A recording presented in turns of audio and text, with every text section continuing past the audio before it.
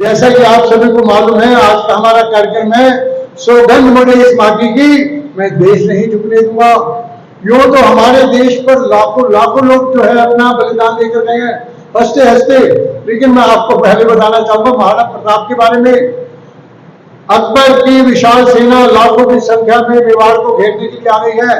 Maharana Pratap 22 kilo का भाला और 40 किलो का उनका शिरस्त्राण कवच पहनकर अपने चेतक पर सवार होकर अपने मुट्ठी पर राजपूत सैनिकों के साथ निकले और चंद ही घंटों में जो अकबर की विशाल सेना थी वहां से भाग खड़ी हुई।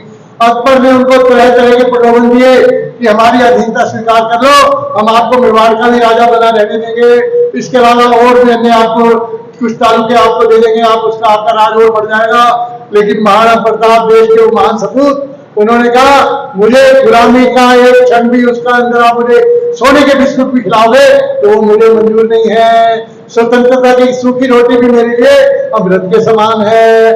उस भारत माँ के महान सपूत के उस महान जो बदौलत क्या देखते हैं, हर चौराहे पर पूरे भारतवर्ष में चेतक पर सवार होकर हमारे महाराणा प्रताप बड़ी बहादुरी से खड़े हुए हैं। जब भी हम उनको देखते हैं तो अपने आप हम उनको नमन करते हैं।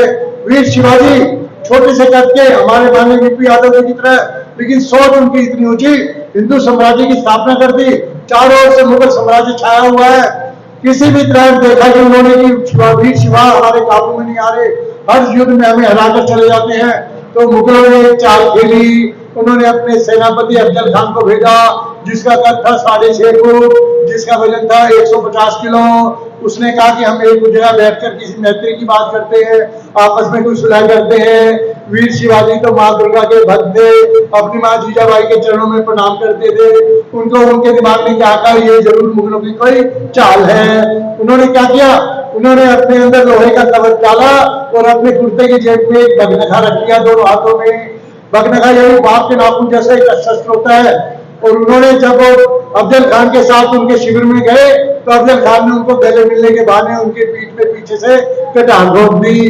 कटार कहाँ लगी, उनके कवच पर लोहे के जो उन्होंने डाल रखा था अपने अंदर, और उनको कुछ नहीं हुआ।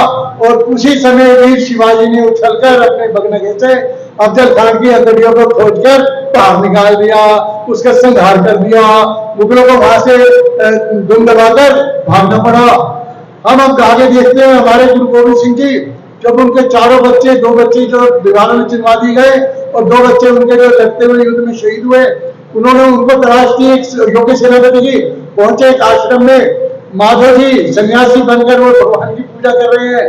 उन्होंने उसको जाकर गुरु गोविंद सिंह ने झटकोरा, अरे अब सन्यास की जरूरत नहीं है, हमारे देश में हमारी गाय काटी जा रही है, हमारी माताओं बहनों की इज्जत खतरे में है और हमारा सनातन संकट में आ पड़ा है, अब खड़े होने की जरूरत है आपको। उन्होंने उसको माधव भाई को ललकारा और उसको क्या बना दिया, बंदा वीर बहादुर। बंदा वीर बहादुर ने क्या किया, गुरु गोविंद सिंह जी ने तलवार लेकर गुरु गोविंद सिंह जी के जिन 2 बेटों को दीवारों में चुनवाया था, जिस जल्लाद ने, जिस नवाब ने, उसको उन्होंने मौत के घाट उतारा और गुरु गोविंद सिंह की चारों तरफ जय जयकार गई। यदि हम वर्तमान में देखें तो आज से 30 वर्ष पहले जो श्रीनगर का लाल चौक, जहां पर नित्य प्रति आतंकवादी की घटनाएं होती थी, हमारे देश का एक महान सपूत, उसे हम महाराणा प्रताप कहें, वीर शिवा कहें, बंदा वीर बरागी कहें, वो आपने निर्णय करना है। वो बोला चाहे आप कितनी भी आतंकवादी घटनाएं करो, 26 जनवरी को मैं खुलेआम आऊंगा और यहाँ पर मैं तिरंगा लहरा के जाऊंगा। चारों ओर से आतंकवादियों ने उन्हें घेरने की कोशिश की। वहां की वर्तमान सरकार ने क्या कहा कि हम आपकी सुरक्षा की गारंटी नहीं देते, लेकिन वो भारत माता वीर सपूत 26 जनवरी को लाल चौक पर अपने चंद साथियों के साथ पहुंचा और वहां पर तिरंगा लहराया। और आज आप देखते हैं वहां हमारे श्रीनगर की तस्वीर धारा 370 हटने के पश्चात पूरी तरह से बदल चुकी है। आज श्रीनगर हमारे देश का सबसे एक शांति प्रिय स्थान बन चुका है। 9/11 में हमारे देश पर पाकिस्तान ने अटैक किया, जिसे बंबई में उन्होंने जो समुद्र के रास्ते पर अटैक किया, ताज होटल को जला दिया, हमारे सैकड़ों हमारे नागरिक और सैनिकों को मौत के घाट उतार दिया। हमारे उस समय की सरकार ने क्या टिप्पणी की, हमें इस घटना का बहुत खेद है और हम इस घटना की जांच कराएंगे, कोई परिणाम नहीं हुआ। लेकिन आप देखिए इसमें क्या हुआ, पुलवामा पर हमारे कुछ सैनिकों ने जो उनको शहादत हुई, अचानक किसी ने बम फेंककर अपने आप को जो है ग्रेनेड करते हुए उसको हमारे बहुत से सैनिकों को मौत के घाट उतार दिया धोखे से।